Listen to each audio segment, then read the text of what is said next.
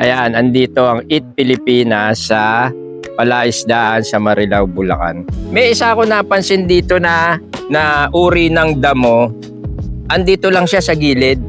Yung tinatawag na dampalit. Kung nakatikim na kayo ng atsarang dampalit, eto, sa ganito lang pala siya nakikita. Ayan, i-close up natin. Kinakain po yan. Ang sarap niyan, lalo na pagka yung marunong talaga yung nagluluto. Medyo marami na siya, pero pag kinuha nyo lahat yan, kukunti pa rin yan eh. Hindi ko dati nilagay yun. Ito yung dampalit mismo. Ano po sabi nyo ka Rusty? Itong dampalit, pampatibay ng pilapil?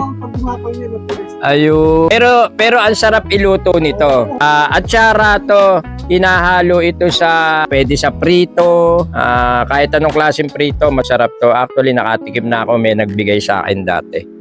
Ayan ang itsura niya, atsarang dampalit. At ayun siya, ayun.